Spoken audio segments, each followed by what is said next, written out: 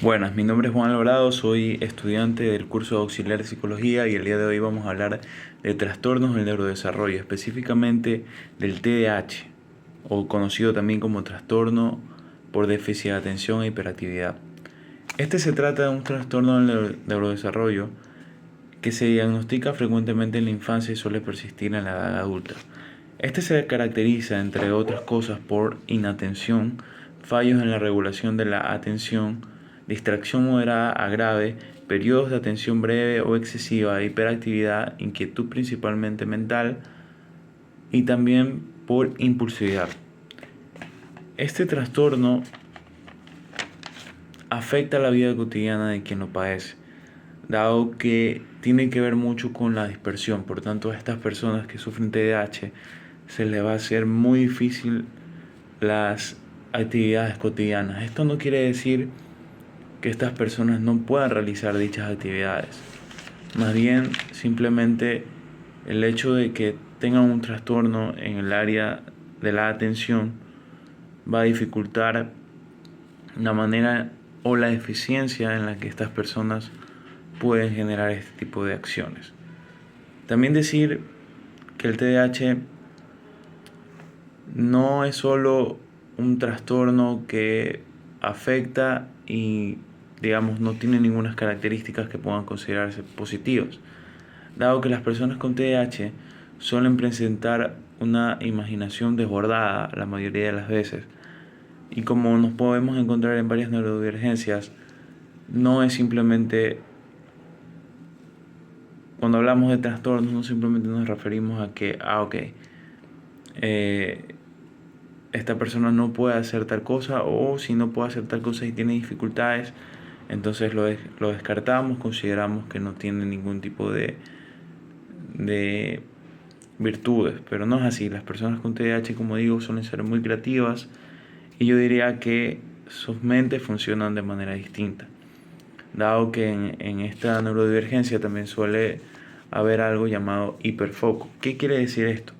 Paradójicamente, las personas que sufren de TDAH, de falta de atención, también tienen una capacidad que puede surgir en ciertos momentos, como cuando algo les interesa, en la cual estas personas cambian estas conductas de distracción y, por el contrario, suelen focalizarse excesivamente en aquello que realmente disfrutan o les gusta. Bueno, hablemos de las causas. ¿Cuáles son las causas del TDAH?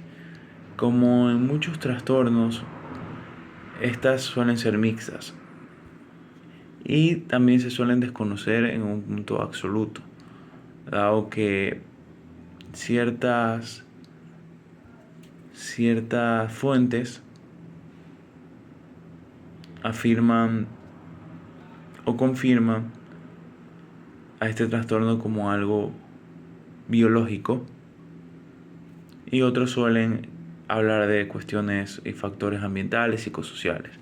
Al fin y al cabo, lo que nos habla la psicología muchas veces en este tipo de cuestiones es que la causa suele ser mixta y suele deberse a varias situaciones o a la combinación de situaciones. Entonces, podríamos decir que el TDAH es un trastorno que tiene orígenes biológicos, que tiene orígenes genéticos, pero también hay cuestiones en el crecimiento de estas personas que suele acentuar o complementar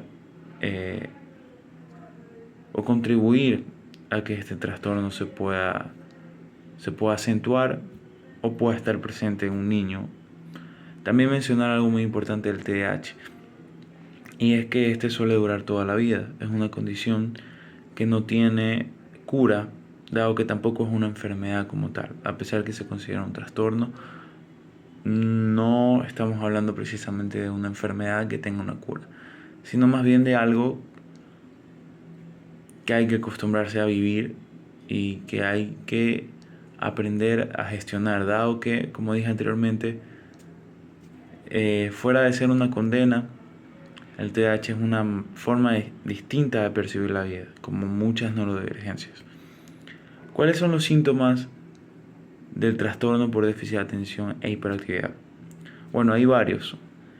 Uno de ellos suele ser que no se estas personas no se fijan en los detalles y cometen errores por descuido. Esto suele afectar su desarrollo tanto en escuela como en trabajos.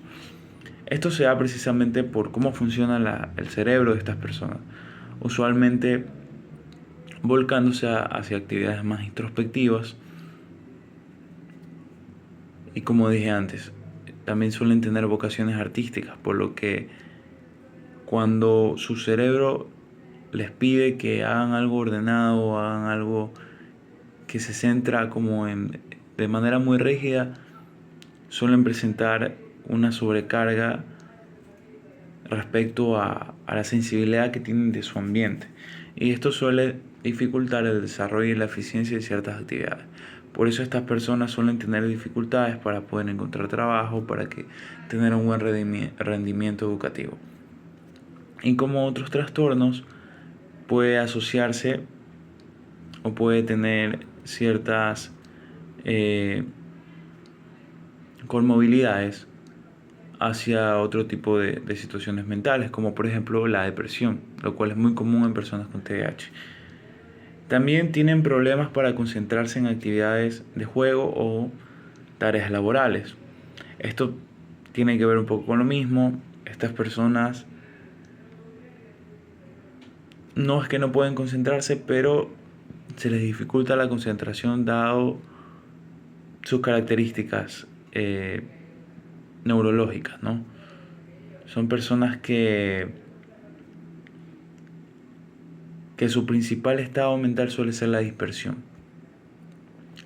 No parecen escuchar cuando se les habla directamente. Este rasgo suele ser un poco similar a lo que nos podemos encontrar en el TEA, por ejemplo, pero a diferencia del TEA, se da por diferentes razones, dado que una persona con TEA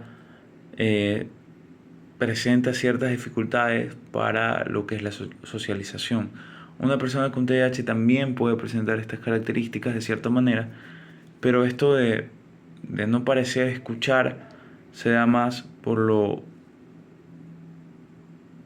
conectados que están en su propia cabeza. Y tal vez a diferencia del TEA, estos tengan más facilidad para salir de ese estado cuando se les llama la atención o cuando se dan cuenta de lo que están haciendo. También les dificulta el seguir instrucciones. Esto debido a que precisamente se suelen dispersar y suelen ser impulsivos. Entonces esto hace que muchas veces seguir instrucciones se vuelva algo demasiado rígido para la mentalidad y el enfoque que suelen tener estas personas, que por lo general suele ser más holístico, más disperso, más generalista. Entonces las instrucciones para estas personas son un poco complicadas porque si bien pueden receptarlas, en algún momento toda esa información va a generar algún tipo de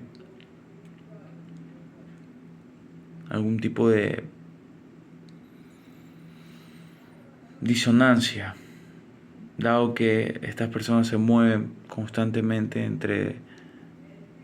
entre su voluntad y el adaptarse a las normas sociales.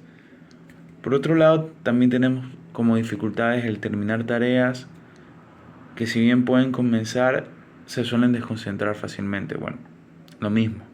El tema de la dispersión suele ser algo muy central en este trastorno. También tienen problemas para organizarse, mantener sus pertenencias en orden y administrar el tiempo. Es como si estas personas vivieran en una especie de burbuja que les dificulta realmente tener una visión rígida de la forma en la que funciona y fluye el tiempo. Literalmente una persona con TDAH puede pasarse el tiempo sin hacer aparentemente nada en actividades introspectivas, y eso es algo que suele también generar incomprensión. También otra de los síntomas suele ser que evitan realizar tareas que requieran largos periodos de esfuerzo mental.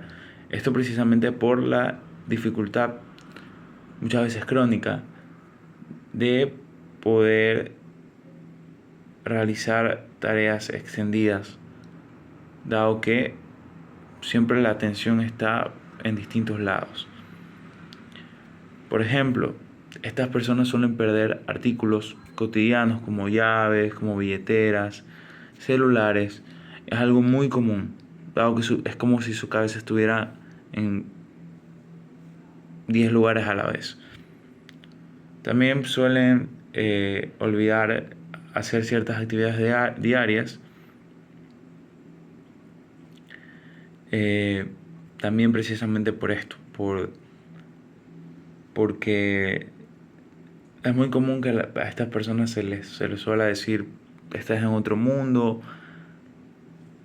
tu cabeza está en las nubes.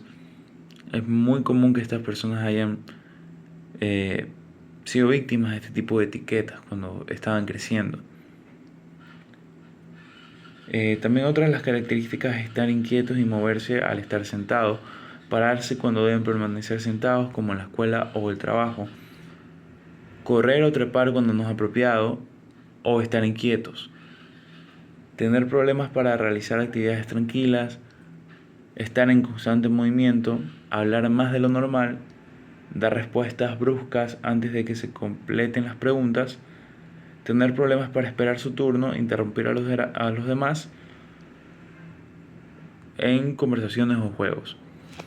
Y bueno, todos estos son síntomas de una misma raíz, que tienen que ver con cómo la cabeza de estas personas está diseñada de una forma muy diferente. ¿Cuáles serían los tratamientos del TDAH? Que cabe la pena volver a aclarar, no hay una cura, realmente esta es una condición de por vida. Pero una de estas cuestiones que nos puede ayudar a mejorar la calidad de vida de una persona con TDAH son, por un lado, medicamentos. Son importantes de lado que, como en el caso de otros trastornos, ayuda a regular el funcionamiento del cerebro y adaptarlo a ciertas premisas del sistema. También está, y considero que es una de las más importantes, que es la psicoterapia. Esto ayuda dado que también permite que estas personas tengan mejores hábitos, que tengan una mejor alimentación y de esa manera poder también ayudar a regular sus emociones.